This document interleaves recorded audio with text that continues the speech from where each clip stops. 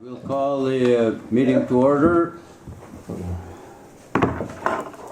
Thank you for your attendance. For you and Nathan, thank you. Our first order of business is to approve the agenda.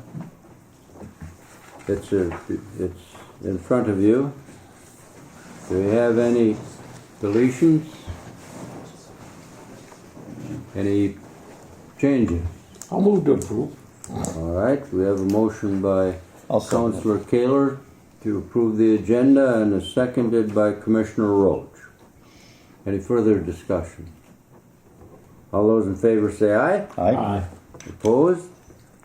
Very good, thank you.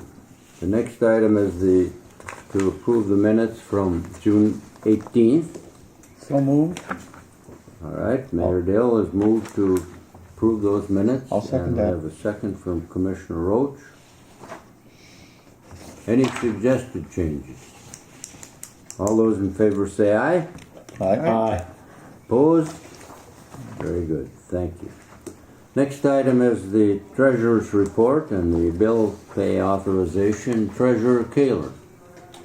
All right, first we have the cold weather testing count for Kita, and there was a transfer of $15,000 to Kita to help pay the bills. Everything looked in order that I could see, and I would move to approve the financials. All right. We have a motion by Treasurer Kaler and we do not need a second. Have any questions, corrections, additions? Yes. Mr. Chair, and I just turned to Kyra. In terms of our cold weather receivables, are we pretty much caught up? Yes, now that we got that Navistar payment in, we should be We should be all all caught up. caught up. So for some of those payments to actually arrive here, it's mid-July before we actually see them funding. So it's and some of the terms of the Okay. testing, but we're all caught up. So thank you.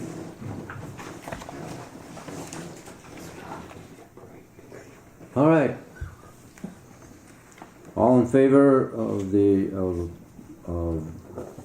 acknowledging the cold weather testing financials, say aye, please. Aye. Opposed? Very good, thank you. Thank you, Treasurer Taylor. Next. Now we'll move on to the Kita financials itself. No transfers. Once again, everything seemed to be in order, and I would recommend accepting the financials. Okay.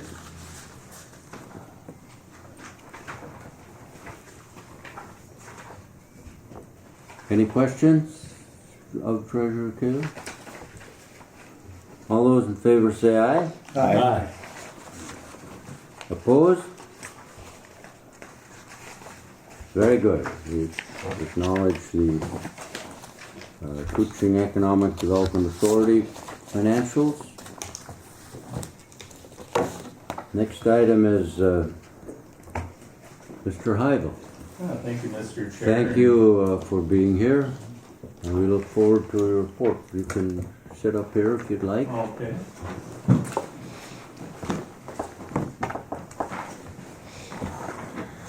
Well, appreciate the invite, everybody, to kind of give you guys an update on what's happening in the world of forestry and kind of along those lines what happened during the 25 legislative session. And probably not much actually happened, which was probably a good thing in terms of some of the things that at least our department keeps tabs on. But you probably heard the kind of the main pieces that we were fighting off this past session were proposals in the tax bill.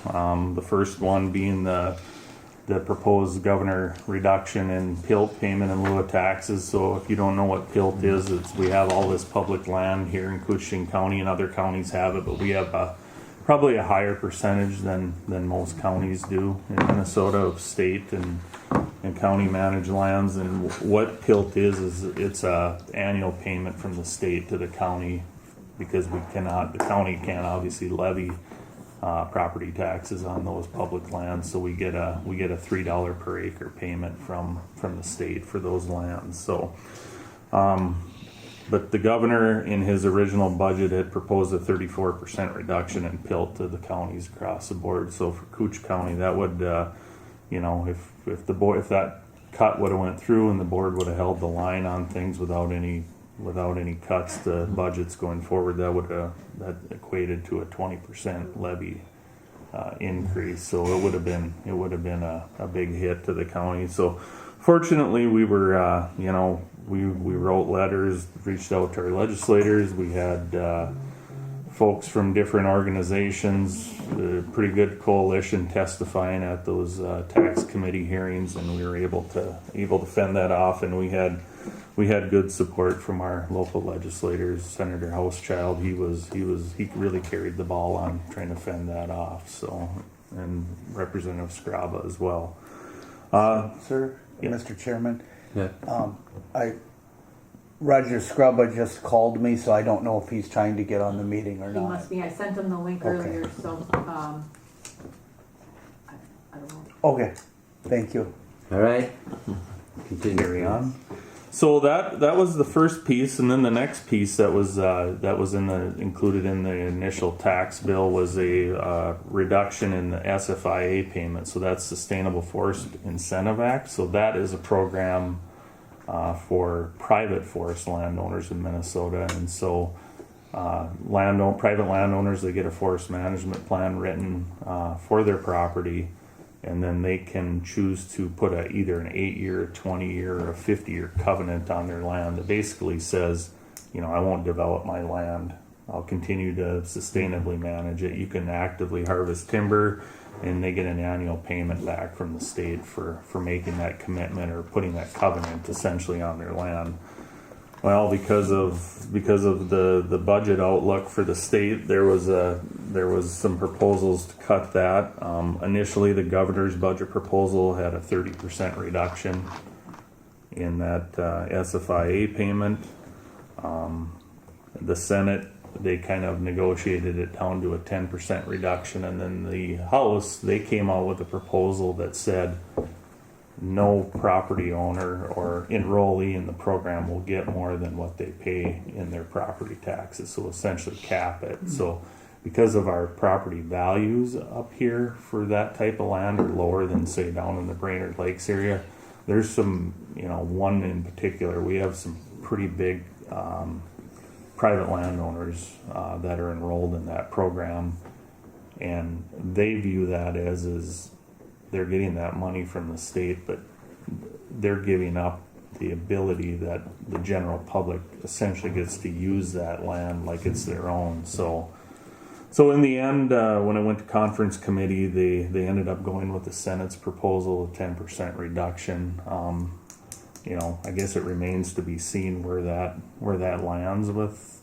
some of these larger landowners, if they continue to allow trail development. I know there's a push on right now in Cooch County to get a designated ATV, grant and aid ATV trails up here, and it's pretty much everywhere that we want to go with those routes. We're going to need to cross that type of land. So we'll see where that goes. And did you say if you're enrolled in that program, you still can harvest timber? Yep, absolutely. It's encouraged, actually. Good sound management. Sure. So Okay. what it was really intended when that program was created in the early 2000s is there was a lot of in central, in the lakes country, central part of the state and south, there was a lot of say somebody would have a 40-acre chunk, and they would either sell it or pass it down to the next generation, and that next owner would take that 40-acre chunk and divide it into 4 10-acre chunks and then sell it off.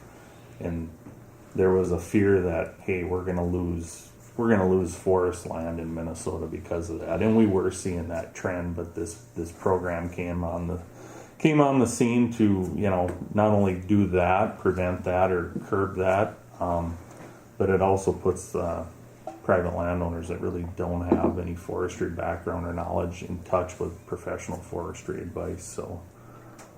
So that, like I said, I don't know, will there be fallout in the future because of that 10% reduction? I mean, it was a lot, the compromise that was reached was a lot better, if that's a good term to use, than what was on the table, I guess. So we'll see where that all goes going forward. The other piece in the tax bill, again, it didn't end up getting signed into law, but there's a lot of work in Minnesota around sustainable aviation fuel and using woody feedstocks, biomass, to generate or manufacture sustainable aviation fuel. There was some proposals in the tax bill to increase the tax credit based on the carbon intensity score of woody biomass. Woody biomass, as you can imagine, because trees absorb carbon, so it's kind of a closed loop system, no net gain basically. It's got a pretty low score as far as carbon intensity goes, but what they were pushing for, it would have generated another 50 cent a gallon credit for SAF that was generated from woody biomass. But at the end of the day, that that provision didn't pass this year. I would assume that's gonna, it'll continue to be pushed in next year's session. So, but those are the kind of things I think that need to get passed to attract some real investment in that manufacturing here in Minnesota. We've kind of already seen out in the Moorhead area, there's some talk, or they're actually going to move forward with it. That's more on a ag basis for feedstock, but a lot of good work happening, I think, around on the woody biomass side of things. So, Mr. Chair, and to that point, Nathan, they just had a big gathering in Grand Rapids, and I was pretty impressed by the makeup of who was there. yeah, and I'll touch on that too. They had that legislative tour. Is that what you're referring to? Yeah. So, that kind of sums up the kind of the highlights, if you want, or lowlights, if however you want to call it, from the tax bill from the last session. Along the lines of the energy bill, again, more attempts to define woody biomass as carbon-free in Minnesota. Right now, woody biomass is not considered carbon-free in Minnesota. So there continues to be a big push to change that definition, because there are some pretty large coal-fired power generating stations in the state that are right in the middle of a wood basket that could serve to promote some easy conversions over to using that woody biomass from coal, and then of course the whole economic offshoot benefits that come with that for our local economy here. So, but again, that provision didn't go anywhere this year either. They weren't able to get to the finish line on that. So there's a lot of there tends to be, when that topic comes up, there's other interest groups that push back pretty hard on that stuff. So, but like what Paul was mentioning, after the session ended, I think it was in early June. Yep. There was a sustainable aviation tour that was organized by the industry, MFI, Minnesota Forest Industries, Minnesota Forest Resource Council, SAF developers and regulators, to showcase the current feedstock opportunities that we have for SAF out of made from woody biomass here in Minnesota. They went to Sappi and Cloquet, and they went to Potlatch Deltic Sawmill in Bemidji to kind of see Potlatch Deltic. They have the biggest sawmill in the state, and there's plenty of opportunity from the waste or the residual sawdust and stuff. A lot of sawmills are having trouble getting rid of that stuff. There's no market anymore because the biomass market just for pure energy, electricity generation has kind of dried up over the years here in Minnesota. So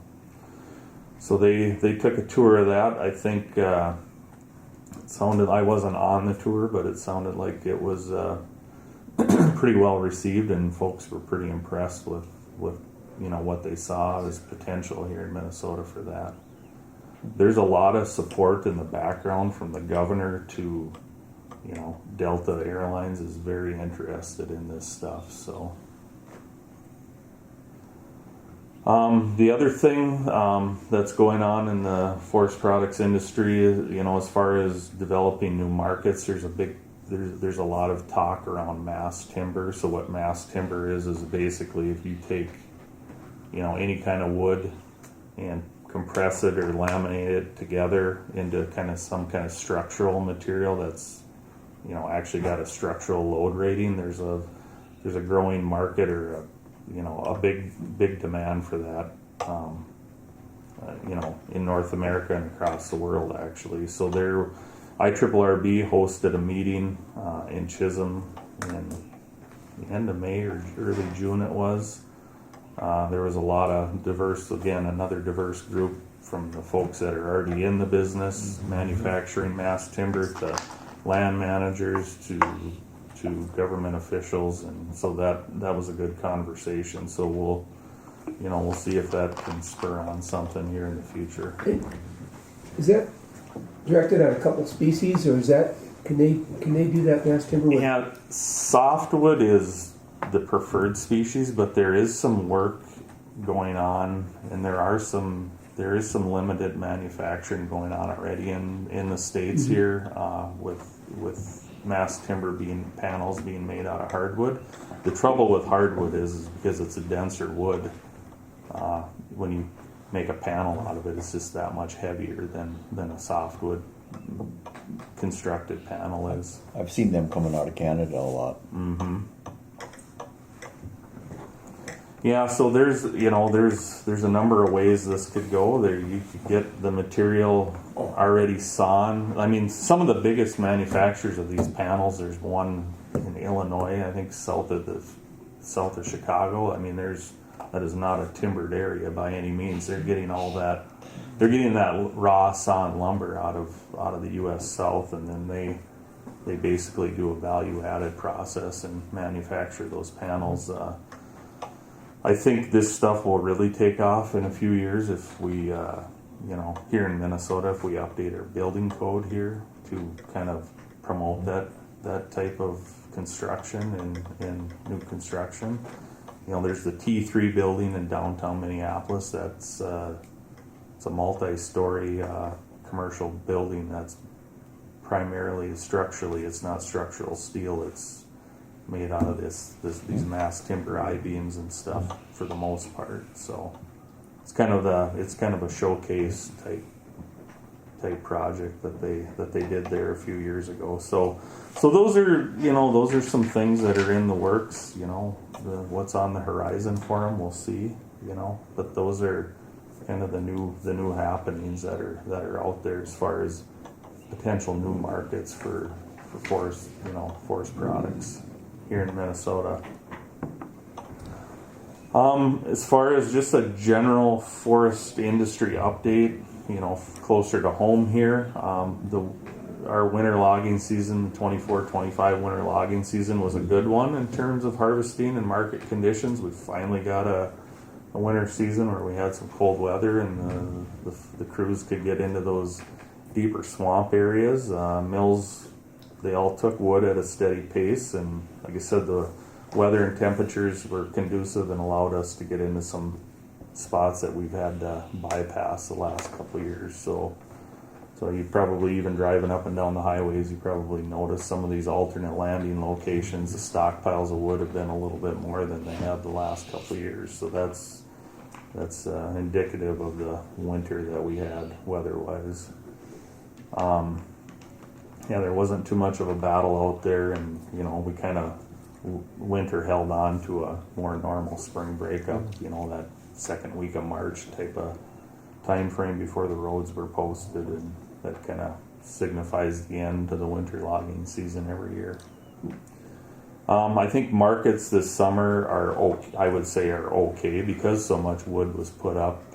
This winter there's a lot of winter harvested wood that's still making its way to the markets, and we're not seeing a lot of, at least on our end, we're not seeing a lot of new timber sales being opened up to be harvested yet. I think that'll pick up a little bit as we get closer in the fall here, but you know, people are just not going to front that money to open a timber sale when they've got, you know, a bunch of winter cut wood already in a stockpile that they haven't been able to market yet. So the other thing that could change that, and I haven't heard any big estimates as far as total number of acres or cords that could be affected, but the big wind event in Bemidji a few weeks ago, you know, where the wind hit, I mean, it literally leveled every tree in that area. So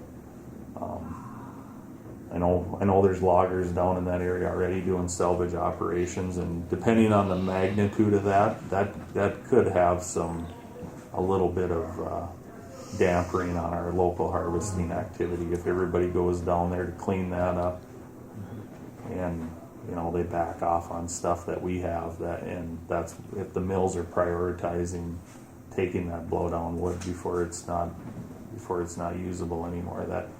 That might slow things down here a little bit locally, but that remains to be seen yet. So,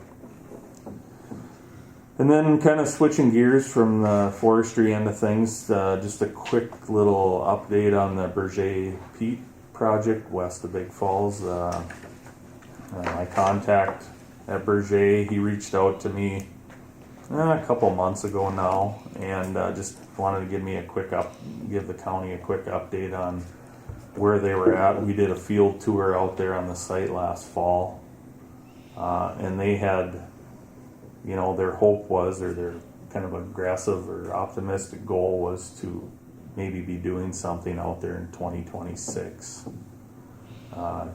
He indicated that is going to be delayed now because of some issues on the federal level. To get that site going, they were going to have to bring some of their folks down from their Manitoba location to train and kind of get that site opened up and get it going and get the operations going. And it sounds like getting a work visa for those folks is a little more difficult than it once was. So that's kind of putting a damper on things. And then the other thing is they had originally planned to harvest that material west of Big Falls, truck it up to their site in Manitoba to process it, and then most of their markets, their finished product markets, are back here in the States and California primarily. And so the tariffs, they would kind of get hit going and coming. So they've got to see where that's all going to land and see if they can sort that out or come up with options for that. But because of those two pieces, the other main piece that's still in the works is they need to renew their Army Corps of Engineers 404 permit, which allows them to actually do that kind of work in a wetland, which that whole peat bog is a wetland, obviously. So they need to renew that 404 permit.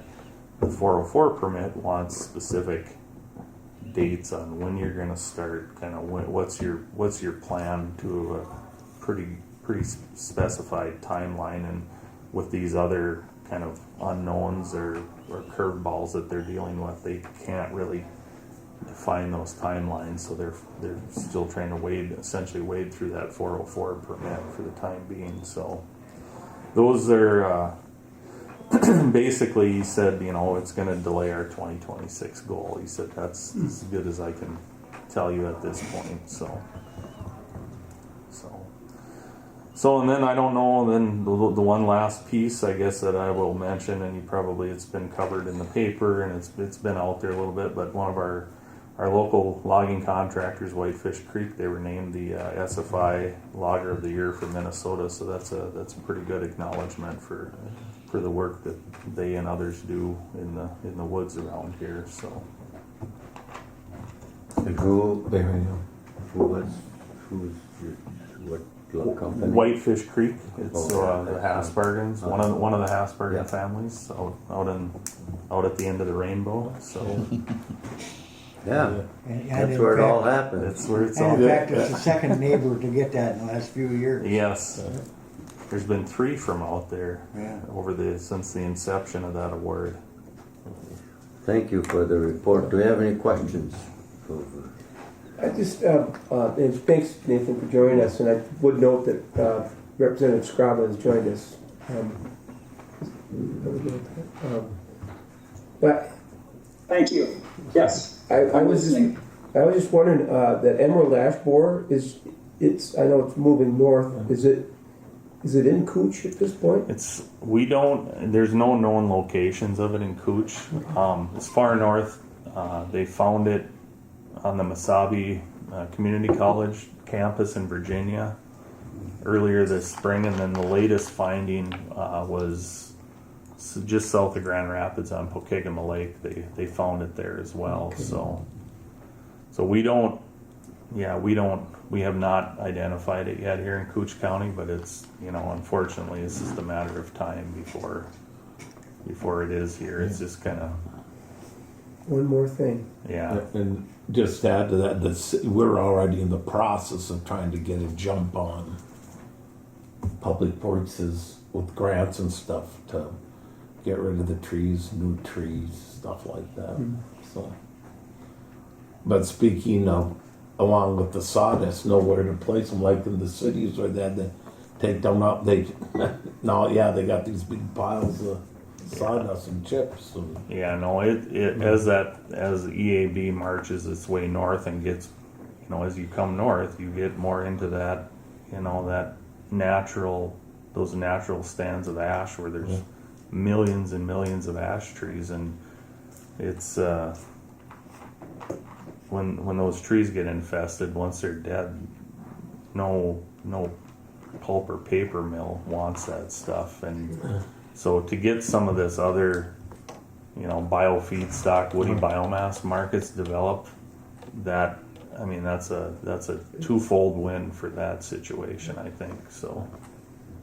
And just, Mr. Chair, just one more question.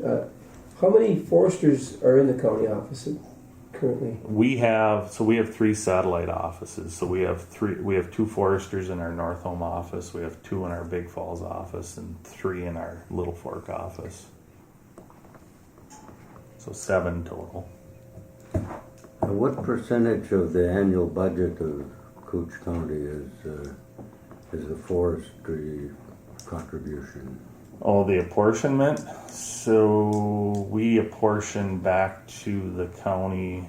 It varies year to year based on, what sales actually get cut. If we have a poor winter logging season, that obviously decreases. But generally speaking, it's probably close to $2 million. Which is how much of your budget? It's of the levy. It's Quite a few points on the levy. yeah. It's a pretty good percentage of Yeah. the levy. I don't know the number right offhand. No, can you Pardon? guess? We won't hold you. The $2 million that basically, like you said, it all depends on the winter. Yes. But that's on the levy points. I'd say that's probably anywhere from 7 to 9 levy points on that pretty easily. Or more. Or more. Yeah, because the pilt decrease would have been it's probably 10, 11. Yeah. Good. Any other questions of Mr. Heibel? Just the pilt, and then on the city side, our LGA, that I think the outcome of no pilt cut was no tax bill. But is this something that's expected to resurface? Yeah, it's one of those things. It's it's not in the Constitution, so it'll always it's always, I guess, fair game for a cut, I guess. Yeah. But I think there's been a lot of good work done by northern counties in collaboration with kind of showing the disparities in pilt payment too. Even though on an acreage basis we have, we get the most in aggregate, we get the most in pilt payment. You look at some of these other counties, because of the way that pilt gets calculated, because of their land values, and if they acquire acquire land through, for whatever reason, say down in Brown County, Pheasants Forever acquires a significant wetland property, and then they turn it over to the DNR. Well, the land value that property was worth in private hands gets factored into the calculation PILT, and the actual per acre PILT payment on that stuff is like 10 and 20 times full what we get up here.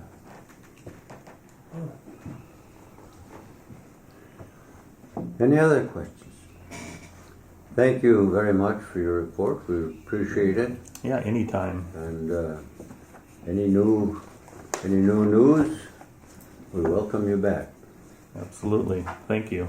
The important you. question is your daughter's still be 13 next winter for shoot. She still will be. All right. Don't be so hard on her now, dear. Thanks, She'll Nathan. keep representing. Thank you. Thanks, appreciate it. Yeah. All right. The next item is the director's report.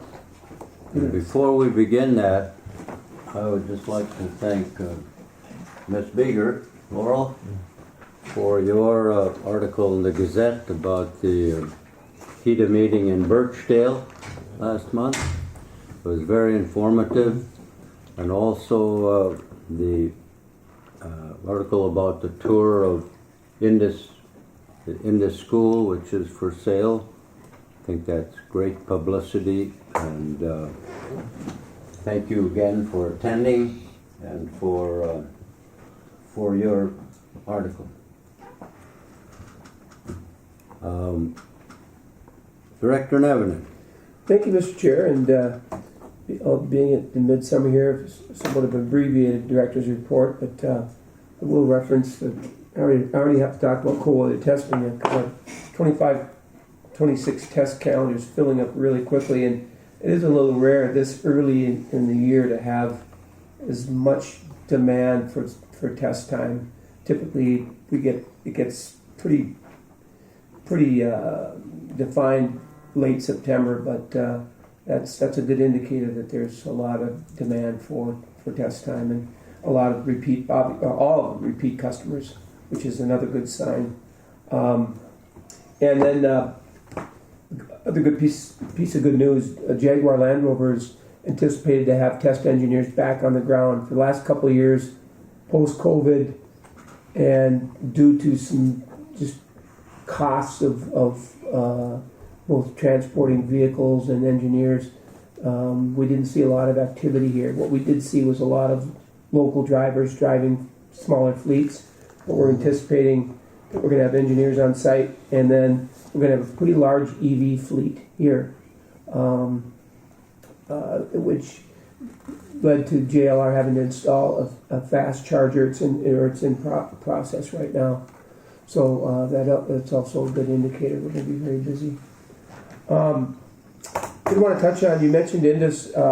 There's actually two parties that will present tonight, offers for the school at the school board meeting in Northholm this evening. So I'll be very curious to see how they're received.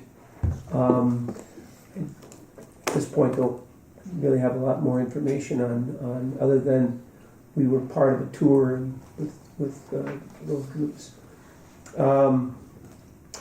Northland Foundation, that Main Street Revitalization Program, Michael Kolklaw and Amanda from the Northland Foundation were here to do kind of a follow-up on some of the projects that they've funded. And some of the projects that are completed, some are in process and some are being delayed, but it was good to get a follow-up, and they were pretty pleased with what they saw with some of the finished products and some of the ones that are in process. But again, that was like $1.5 million, a total of 15 grants supporting local business renewals, building renewals, or building rehab, I should say.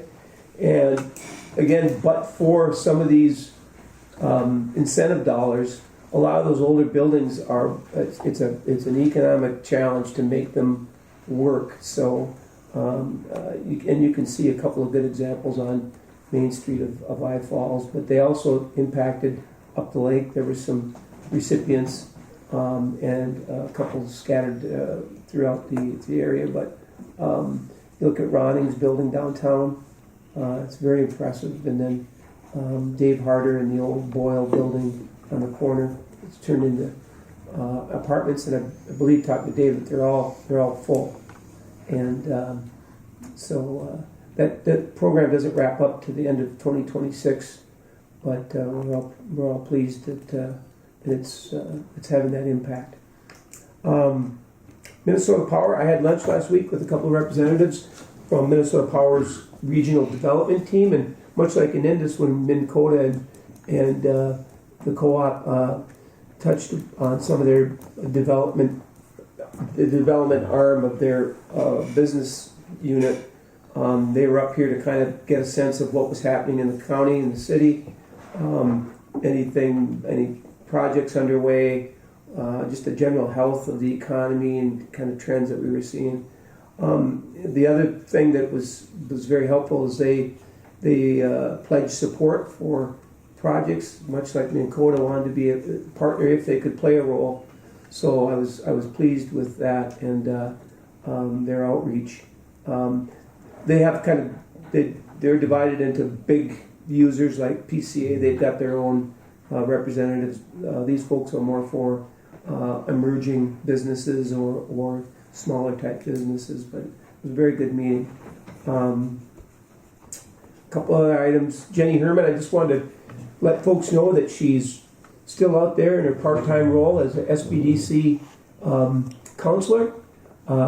She has limited hours, but she is seeing clients, and her services are free, and she was in that role previously. She's very good, and I encourage anybody that needs help with any part of their business, whether they're starting a business or buying a business or expanding or having some challenges within their business, to reach out to Jenny and use her services. And if anybody needs to contact her, they can certainly contact our office here. Deed visit Jeremy LaCroix. He's from Deed. Will be here later this month to tour some of the projects they funded through their Business Development Public Infrastructure Program, which is basically in the business park, the paving, curb and gutter, and then the relocating utilities for green tech. Deed played a role through that program in funding some of those projects. So he just wants to come up again and see what the outcome looks like, and it's a good opportunity to let them know what's else is happening in the area, and thank them for their support.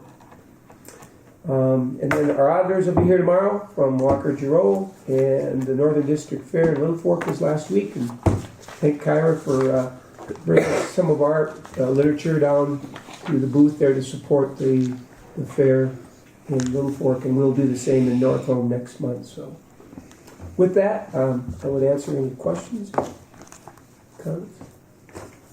Thank you. All right, thank you, Director Nevenin. Next item is the public comment period. Do you have any comments? My name is Vicki Hasbargen, and I guess the only thing I would say is I just would like to thank the folks in regards to the Indus School. It's just awesome to have support, and everybody wants to thank you for that. Thank you for hosting us. Very nice, and as he said, the Minn Kota presentation was informative, and thanks to Laurel for the article about the Indus School. But that's all made possible because of that visit, I think, so thank you. Thank you. All right, we'll begin we're talking about Birchdale and our visit to Birchdale. We'll start with the end of the rainbow ambassador, Mr. Hanson. Thank you, Mr. Chair, and I I highly suspect that since you were in Birchdale last month, you're still euphoric. And, you know, walking on air if you get a chance to be in Birchdale. And for the folks who didn't make it, you can just drop by. Yeah, Yeah. You can just being there make you feel better. yes. Yeah. Thank you again, Mr. Chair. One of the things coming up in the Birchdale area is the North American Sturgeon Championships. Pete, why don't you go ahead and put one way? And these are just ideas of what's swimming in there. And there's some great stories about fish that Yeah, well, that keep me from swimming in that there. have been online that didn't get caught. And we meet, is it August 16th? The tournament, yes. Yeah. August 16th for the North American Sturgeon Championships, as well as that same day earlier, we'll host any kid that would like to come, any child.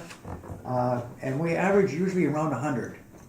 And the folks here in International Falls and Vedette that are in retail and so forth, they have gone out of their way to help. It's just been pretty amazing, either with funding or just in gifts for the kids.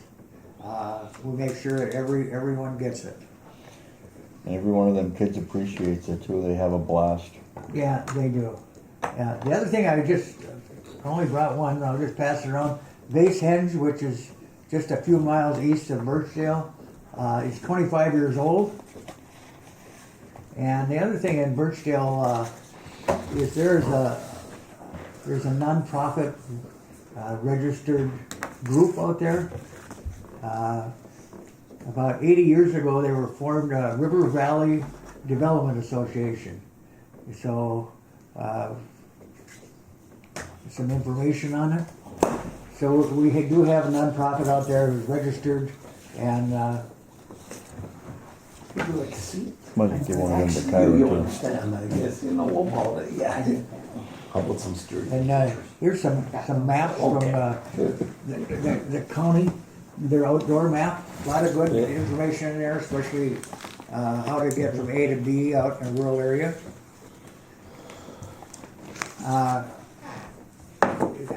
Since the 4th of July, it's been pretty quiet in the city, in most of our communities. Little Fork, as Paul mentioned, just hosted their county fair. North Home is right on the cusp of having their county fair, and that's what it is the county fair. I attended the grand opening of the pavilion in Big Falls, and I can't stress enough, if you're driving by, go in the park and go down towards the end, because it is just an outstanding facility, and it's right on the water. It's really nice. Yeah, I have. Yeah, yeah. So have I. Nice. Give us some ideas for our hunting. As far as the end of school goes, they are due, as Paul said, are going to get 2 presentations to school board this evening. One is the gentleman from the Little Fork area, and the other from the International Falls area. I and Paul are still talking with the Minn Kota Power representatives, Lisa Severson in Roseau and Matt Marshall in Grand Forks, and we're currently setting up another meeting to sit down and talk to them about the foreign trade zone. And they represent, about 1 million people, and they really started to only make an effort at rural development just a few years ago, and as North Star are doing now. So we're grateful that they showed up in Birchdale. Lisa went through the school with us, and I think she had the same opinion as anybody I've brought in there. And Paul, Mr. Chair, you saw it. It looks like it's brand new. Yep. We stood in the arena, and I think it's like 250 feet long. Yeah, it's a big building. There are 2 garages on it, 50 acres. No one still knows what the outcome will be, but we do know that both parties that are going to present tonight are serious and can get it done. What else do we have, Mr. Chair?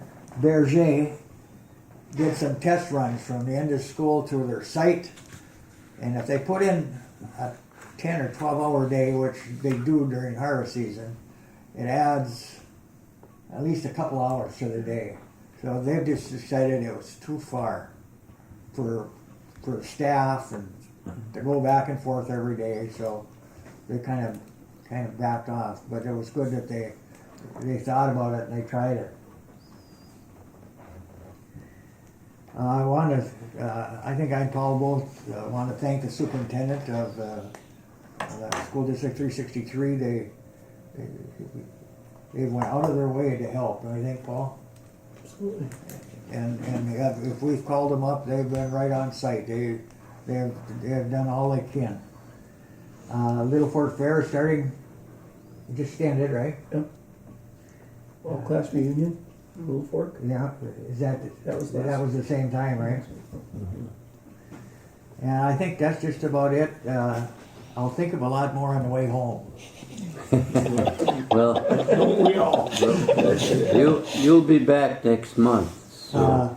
And I heard through the grapevine that the parade in Big Falls and Birchdale and here in the Falls were all top notch. And I don't know how to do this, work this out in Birchdale, but we actually had hundreds of people come. And on the way to town today, I was wondering how we could weasel some funding from all those people that just come in for the parade and then have to leave. I called know a gate. we had people in our parade that were in the parade in International Falls. So that's all good stuff. I'd have to put a gate up. To keep them from leaving. Well, the charge them. Charge them for coming through. Yeah. You know, it used to be a real money maker for us. Because we had the world's greatest potluck. Yeah. And it was. But due to COVID, and then a fear of contamination, that had to end. So a lot of the people just leave. And of course, it rained. Well, it only rained 3 feet where we were, but it rained more here, I heard. Yeah. Well, that's it, Mr. Chair. I appreciate the time you give us, and we have one more out-county meeting coming up this year that you folks can decide on, and it'll be in Big Falls. So, thank you. And I'll remember my dates or have my calendar when I'm doing all these meetings, and so I don't have both. She's a little far from here to there to make them both work that day. So my apologies. Well, we could have another one in Birchdale. So I'll just dump down. Do you have any questions for Citizen Hans? Thank you very much for your report. We look forward to it each month. And on your way home, you may begin preparing for next. I'll even work on it for the Christmas one too. I'll start early. Thank you. All right, from the county, Commissioner Roach. Well, they started pulling the fencing down around our jail.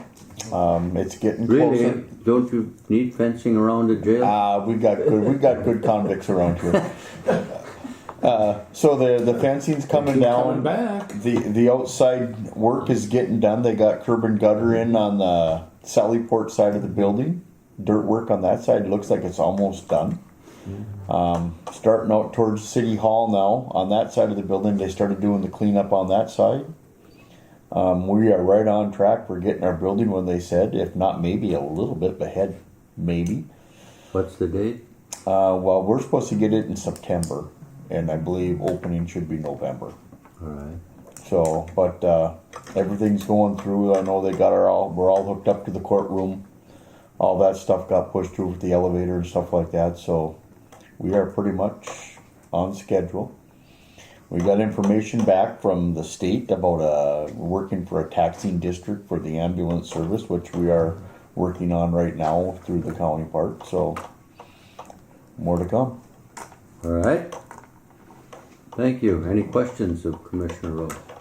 How about, I know you got some other projects going. Mizpah, is that where they're getting a new highway garage down there? North Home. North Home. Yep. That started, the North Home garage started because every spring there would be a foot of water inside Yeah. the building from No, yeah. the floor being sunk. So they finally decided I just- that they had to take the plows off the truck to put the plows in put the trucks in the garage every night. So they had to hook back up to the Yeah. plows to bring them out, and it was a fiasco. Yeah. So this garage is big enough to put the trucks with the plows, everything in, high enough where it won't flood. So Yeah, I just noticed reading one day that I just wondered.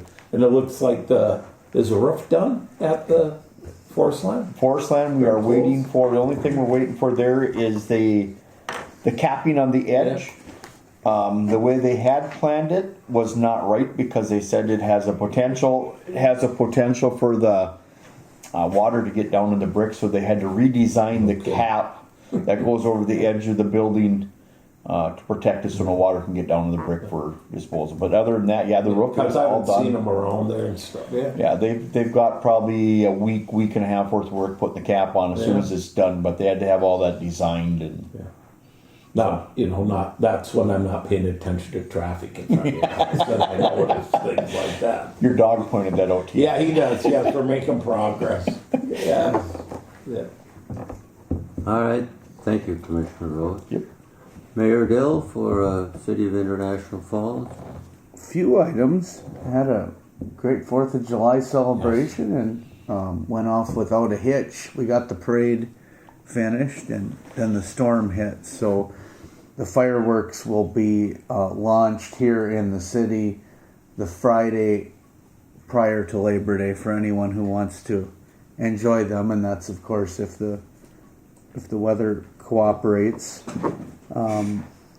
We have, interestingly enough, a city referendum vote on some capital improvements to our public works facility. There's more. Speaking of garages. Speaking of garages at City Hall, there is a considerable amount of information on that, and you can vote absentee there, I believe. Yep, it started. So, And the referendum will be in the November election August cycle? 12th. August 12th. Oh, But you can already absentee vote at City Hall during Yep. business All right. time. So, So, and then on the 12th, it'll be in all 3 wards, normal polling locations. Getting our act together, so to speak, on restarting discussions with other subdivisions on our ambulance service.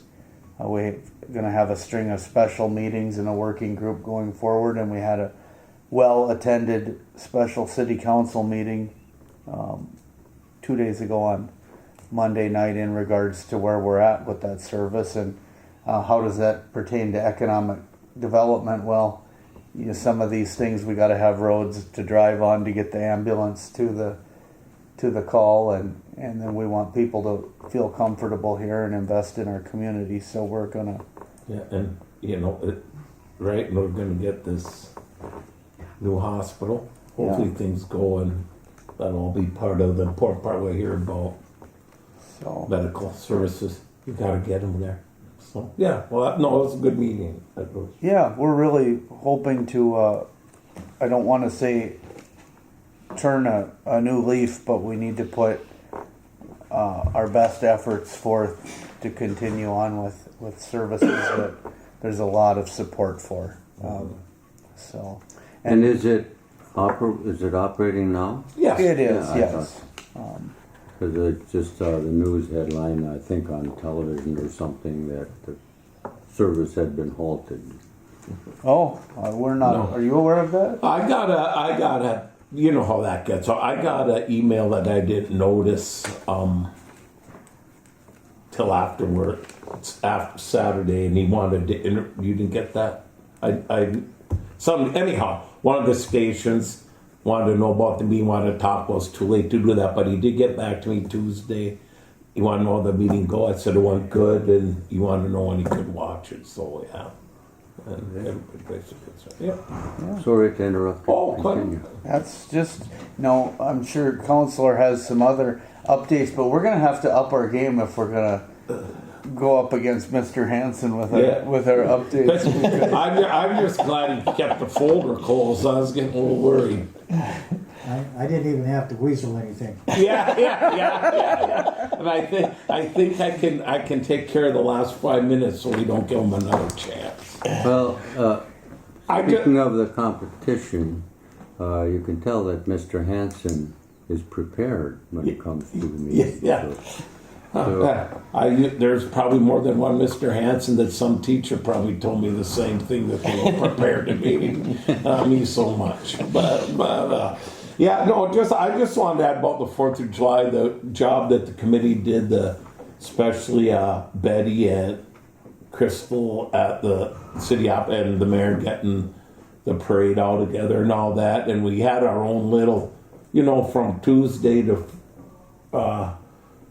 Friday, we had our own little Wee Fest going on. We had the concert out at, which was well attended and went well, out at the amphitheater. Then we had music in the park. And then Thursday, we had the one down at Smoky Bear. That went well, I heard. So, yeah, very happy about that. I just went, and along with the 4th of July and 1st of July, in the middle, me and the mayor went over to Fort Francis and signed our declaration of friendship, and we all get along, which was very nice. And there was a good crowd for something like that I saw. Good hamburgers too. Yeah, good ham. Well, I had a hot dog, yes. And now you get 12 ounces in a can of pop over there. When did that start? Used to be 10 when I was a kid. Speaking of which, and I got to go tour around and reminisce about my youth. And my grandma went there. But it went good. It was very nice. Both mayors did a good job saying good words, and inspired me to maybe go back to wing night at the Rendezvous someday. Yes, and that's all fixed up. But it went really well. And just on a couple other, and I'd like to have part of the 4th of July. I'd like to thank all the visitors that came to the park and helped us get rid of our watermelon by 2 o'clock, which is on schedule. And we avoided the rain. We all got back to debrief and before it started raining. And I apologize to any parents that had to put with some young people's tummy aches that they might have got. We might have been a little aggressive getting rid of our watermelon. But it was free and seedless. I mean, what the heck, But that went good. And after you're part of economic development and different businesses in town that contribute on the Elks' behalf, I'd like to thank Camp Koochiching, I haven't said that in a long time. Koochiching for, or Camp Cooch, as people know it, for transporting the Elks kids from town here down to youth camp here in June, and the Elks members that rode along as chaperones, which is very nice. It saves the expense of going down there. So, and that's great. And to piggyback off you should have a good meal the night before you go sturgeon fishing all day long. So Friday, August 15th is when the Elks Corn and Broth Feed's going to be. So come down, load up on some broths and corn, and be ready to fish. You know what, Mr. Chair, you're starting to brag now. How are you going to get past the end of the rainbow? They're coming up with things that are, I don't even know if they're really true. Yeah. They're scrambling. Yeah, we are. Yeah. How do you beat the end of the rainbow? Yeah. But other than that is all I got, I believe, from my little reminders here. very good. Thank you. Any questions of Mayor Dill and Councilor Kaler? All right. Any other updates? Thank you for that. Sure. You're there? Yes. Yeah, I just want a couple of comments about the meeting and everything. One of the reasons you had record turnout on Birchdale is I was there last time and they came to see if I was there again. I'm there next year, so Oh yeah, everyone, I'll be there next year. we're all piggybacking. You're right.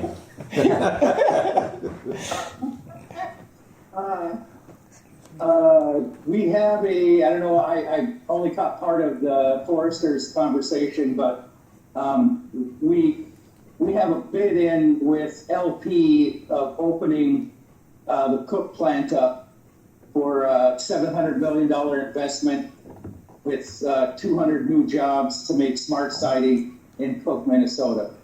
So, there's some more use for wood in our area. Change your tone. And we'll know by the end of the month if LP decides to pick us or Wawa, Ontario. They're both in the running. One of the things I did want to bring up, the legislature this year, our governor is the one who proposed cutting PILT and cutting SFIA, the Forest Initiative, and all of these cuts to Greater Minnesota. And we negotiated it all away. When someone said, "Is it going to keep coming?" Well, my solution to the problem is to get rid of the problem. So, elect a new governor and we won't have as much problem as before. So that's my 2 cents for it. But it was very difficult when he wanted to get rid of all the AIS, because the AIS majority is in northern Minnesota, aquatic invasive species, AIS, the things at the boat landing. The PILT is in the district that I represent, the 5 counties. A majority of all the PILT is there. And a majority of the SFIA is in greater Minnesota. So it was real obvious what's going on. And we just got to keep working to get the metro to back down. It's like, why are you hurting us? We don't come down and hurt you. Why are you coming after us? So maybe it's just an education thing where we got to sit down with our members and from the metro area and just say, hey, $100,000 up here means a lot. Down there, it doesn't mean much. Here, it means a whole lot. So anyway, and we're working on it. I don't see anything new coming up as far as DNR and logging. I'm trying to get the DNR to have a logging site to bring legislators up north to show them what a logging operation looks like today. So they have an idea how many people are really connected, like start in the woods where there's a feller buncher, show a forwarder, show a person hauling the wood, go to the mill, see what the mill does with it, so that when they say, well, we can't cut any more trees, it's like, this is how many people you're affecting. So I'm trying to get the DNR to do something like that. Apparently, there's not enough teeth to pull to make. I'm going to keep trying. Hopefully it'll happen one year. Other than that, your ambulance thing, I did talk with a legislator about going from ALS to BLS, and it's not as easy as just doing it. You have to go through the board, and the board let's put it this way, other communities have tried and the board has denied them and said, go back and figure out how to make it work amongst yourselves. Because if you're let off the license, who's going to take it? No one around there wants to take it. No one wants to take it. There's no replacement. So I commend you working together, looking at a taxing district, working with each other to solve that problem, because Grant and I are trying to help as much as we can, getting, yearly money. It's not a long-term thing that we're aware of. We're trying to make it a long-term thing, but as of right now, it's just session to session, whatever we can get out of that out of taxes. And next year's going to be worse as far as money goes. We got now I think it's a $4 billion deficit. So starting new stuff, and just so you know, I had a bill this year in the legislature to increase PILT payments. Your forester is correct, like 40 times more for the land in the southern Minnesota for PILT than what we get. And I drafted a bill to equalize it, and then the governor came out saying he's going to cut PILT altogether.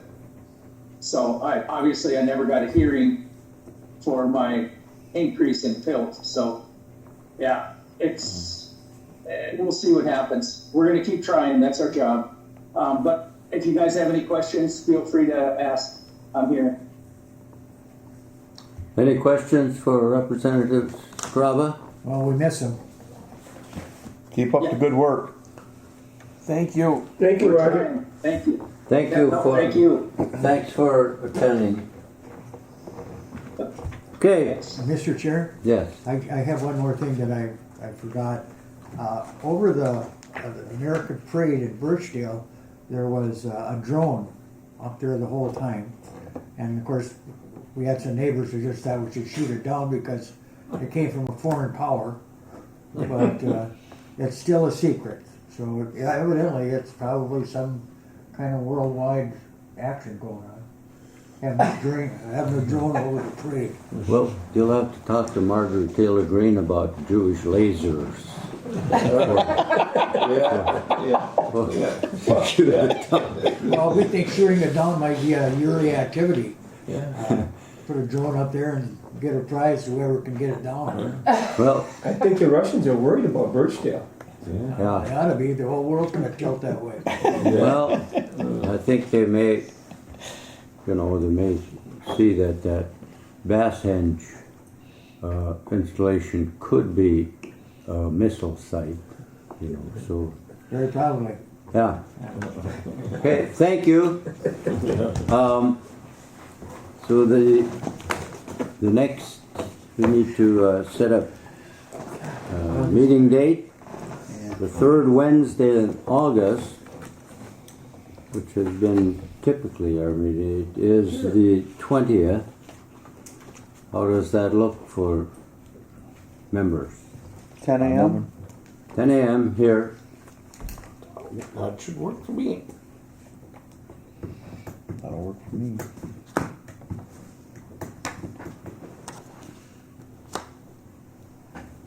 All right. Thank you for your attendance.